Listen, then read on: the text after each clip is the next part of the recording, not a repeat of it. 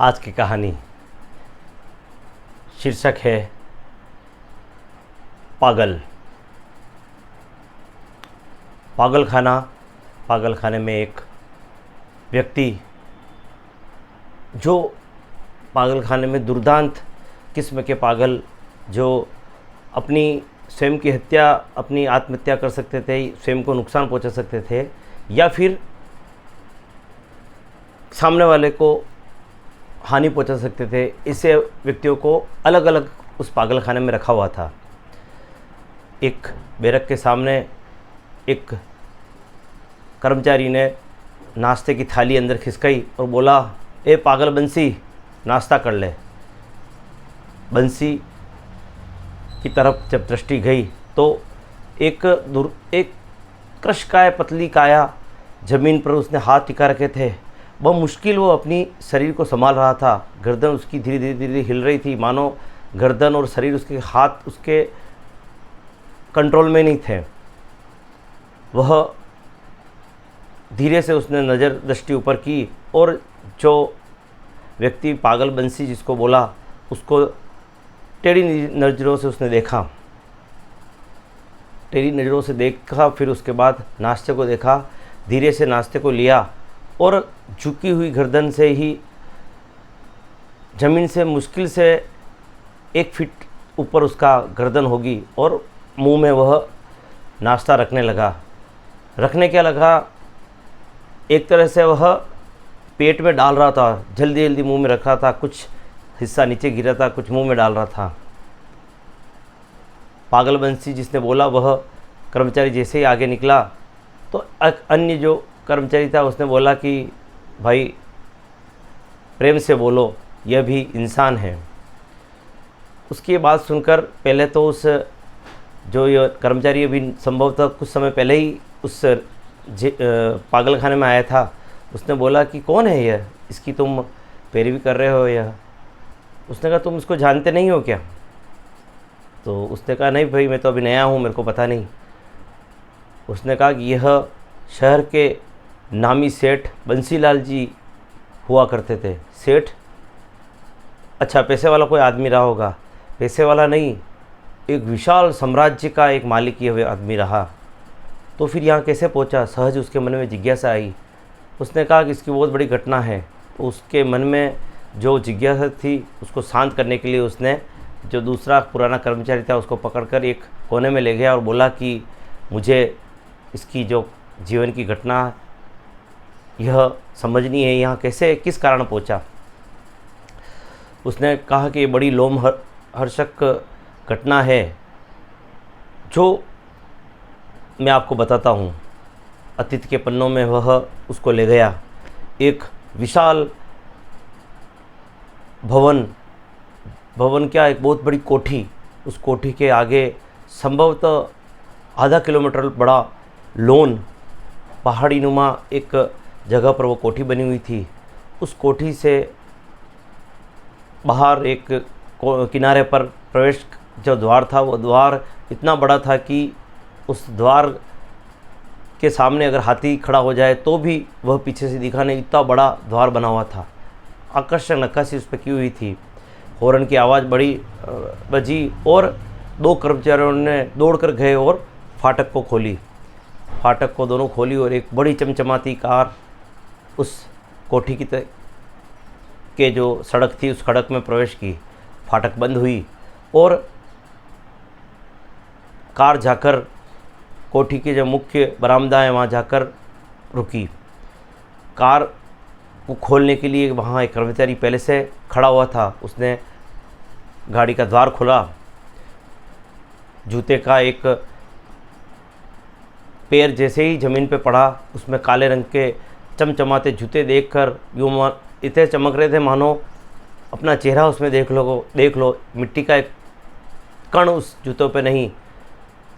जैसे ही वो पैर बाहर पड़ा, उसके ऊपर एक काला सूट पहने हुए, लाल रंग की टाई भी एक बड़ी महंगी लग रही थी, उसके ऊपर टाई पिन लगी हुई थी।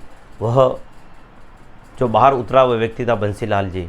सेठ बंसीलाल बाहर उतरे और अपनी टाई को ठीक किया। कर्मचारी ने नमस्कार किया। उस नमस्कार का मानो उसने जवाब ही नहीं दिया, उसको पता ही नहीं, देखा ही नहीं। सीधा अंदर गया। अंदर जाकर बड़ा डाइनिंग हॉल, उस डाइनिंग हॉल की भव्यता की आप कल्पना इससे ही कर सकते हैं कि डाइनिंग हॉल के बीच में मध्य में ड्राइंग रूम, जहाँ बैठने की, मेहमानों के आने की स्वागत की व्यवस्था थी। उस ड्राइंग रूम के यहाँ पर हम देखते हैं तो एक विशाल झूमर लगा हुआ था, विदेशी झूमर। उस झूमर को देखकर कोई साधारण व्यक्ति तो अवाक रह जाता था। एक कमरा संभवतः छोटा हो, उतना बड़ा झूमर लगा हुआ था। झूमर पे जब लाइट चलती थी तो उस पे जो रोशनी निकलती थी मानो सैकड़ों हीरे जड़े हुए हों और वो चमक रहे हो। संभवतः 50 लाख से 1 करोड़ के मध्य का वो झूमर रहा होगा। इस तरह की कई विदेशी नायाब वस्तुएं उस ड्राइंग रूम में पड़ी हुई थी, लगी हुई थी। बंसीलाल वहाँ आकर डाइनिंग में बैठा, नाश्ता किया। नाश्ता करने के पश्चात वह अपने कक्ष में थोड़ी देर गया। वहाँ से फिर जब नीचे उतरा, कर्मचारी काम कर रहे थे। एक महिला जिसका नाम ममता था, वह भी उनके यहाँ कई समय से कार्य कर रही थी। उम्र उस महिला की लगभग 35-38 के आसपास रही होगी। वह महिला झाड़ू पोछा इत्यादि का कार्य उसकी भवन में लंबे समय से कर रही थी। संभवतः वह 20-22 साल की हुई तब से लेकर इतने सालों से यहीं पर सेठ बंसीलाल के यहीं कार्य कर रही थी। पोछे के पश्चात नीचे ड्राइंग रूम इत्यादि में पोछा करने के बाद यह महिला ममता सेठ बंसीलाल के जो शयन कक्ष है उसके अंदर पोछा इत्यादि करने के बाद वह वहाँ से बाहर निकली तो बंसीलाल जी का जो बच्चा था, लगभग 4-4.5 साल का बच्चा, एक विदेशी किस्म की एक कार, उस कार के अंदर बैठा और रिमोट से चलने वाली कार, उसको बटन दबाओ और वो कार अलग अलग के स्वर निकालती हुई वहाँ से इधर उधर बरामदे में घूमती थी। उस कार के अंदर वो बच्चा बैठा और हॉर्न बजाता बजाता ममता के आगे पिप पिप करने लगा। ममता ने मुड़कर देखा, मुस्कुराई और उसने रास्ता दिया मानो सड़क पे कोई गाड़ी चल रही हो और कोई राहगीर रास्ता देता हो।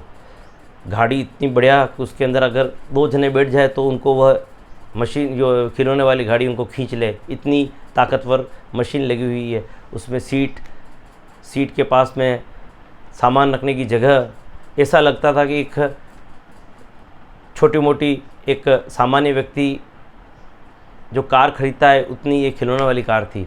कार इधर उधर बच्चा लेकर घूम रहा था, कभी शयन कक्ष में, कभी ड्राइंग रूम में, कभी अन्य बरामदे के अंदर। उसको बाहर जाने की ज़रूरत ही नहीं, घर ही इतना बड़ा था कि वो एक अपने आप में एक मोहल्ला था। ममता झाड़ू पोछे करने के बाद शयन कक्ष में वापस जो बच्चा आया तो उसने थोड़ी गंदी गाड़ी की वजह से थोड़ी कुछ कचरा वचरा हुआ, उसको वापस साफ कर उस कमरे से बाहर निकली। बंसीलाल उस समय स्नान इत्यादि करने के लिए अपने विशाल स्नान घर में थे। बाहर आए तभी ज़ोर से आवाज़ आई, ममता। ममता दौड़ती हुई, क्या हुआ सेठ जी, मेरा पर्स कहाँ है? ममता को मानो काटो तो खून नहीं। उसने कहा, मुझे पता नहीं मालिक। पता नहीं? अभी तुम ही तो इस कमरे से बाहर गई थी। तो उसने कहा, हाँ मालिक, मैं गई तो थी पर मैंने आपका पर्स देखा नहीं। चोर कहीं की, ज़ोर से चिल्लाहट की। पूरा भवन था, हवेली थी, उसको गूंजा दे ऐसी ज़ोर से आवाज़ आई।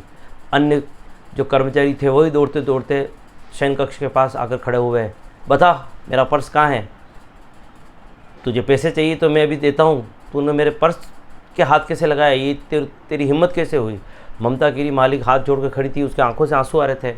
मालिक, मैंने चोरी नहीं की, पर बंसीलाल मानने को तैयार नहीं।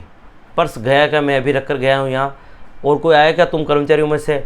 सामने खड़े 8-10 अन्य कर्मचारियों को उन्होंने पूछा। कर्मचारियों ने बोला, नहीं, हम तो इधर आए नहीं, हम तो अपने अपने काम में कहीं अन्य जगह व्यस्त थे। तो फिर यहाँ कौन था? केवल ममता। पर्स गया कहाँ? संभवतः इस चोरनी ने ही पर्स लिया है। उसकी जांच की गई पर जांच में पर्स मिला नहीं। बंसीलाल ने बोला, निश्चित ही इस महिला ने पर्स को लेकर मैं स्नानघर से बाहर निकलूँ उससे पहले ही कहीं छुपा दिया है। इस पर्स को लेकर वह अपने घर पे पहुंचा दिया है। अभी थोड़ी देर पहले ममता तुम्हारे बच्चा घर पे आया, यहाँ आया था ना, उसने बोला हाँ मालिक आया था, घर मेरे जो झोपड़ी है, मेरा घर है, उसकी चाबी मेरे पास रह गई थी, वह लेने आया था। तो चोरनी तूने पर्स उसके साथ भिजवा दिया? नहीं नहीं मालिक, मुझे वो बच्चा आया, उसको मैंने चाबी दी और वो चला गया वहाँ से। बमुश्किल वह 3-4 मिनट रुका होगा। उस बंसीलाल मानने को तैयार नहीं। उसने कहा कि यह चोरनी पर्स को चुराया है, इसको सज़ा मिलनी चाहिए। उसी समय उसको हाथ पकड़कर इस कक्ष से बाहर धक्का दे दिया। यहाँ से नज़र भग जा, आज के बाद मुझे नज़र मत दिखाना, और तू रुक, तेरे को आज तेरा दिमाग में ठिकाने लगाता हूँ, तेरे को मैं जेल भिजवा कर रहूँगा। वो रोती रही, बिलखती रही, आंखों से आंसू आते रहे, परंतु बंसीलाल जो मान बैठा था कि पर्स ममता के पास ही है, वह माना नहीं। ममता वहाँ से निकल गई, निकल कर अपने घर की तरफ चले गई। बंसीलाल अपना पसीना पोंछते हुए वहाँ शयन कक्ष के बाहर जो ड्राइंग रूम था वहाँ जाकर बैठ गए। बैठकर सिर पर हाथ रखकर कुछ सोचने लगे। सोचते सोचते बंसीलाल जी आधा पौन घंटा कब निकल गया पता ही नहीं चला। तभी एक कर्मचारी हाँफता हुआ आया दौड़ता दौड़ता। मालिक मालिक मालिक, अरे हल्ला क्यों कर रहा, क्या हुआ, तब हाँफ क्यों रहा है तू? मालिक गजब हो गया। अरे क्या हुआ, बोल तो सही तू। मालिक ममता, अरे हाँ वो चोरनी है, उसको तो मैंने निकाल दिया। मालिक नहीं, वापस कर्मचारी बोलते बोलते रुक गया। बात पूरी करता है कि मैं कुछ तुझे बोलूँ।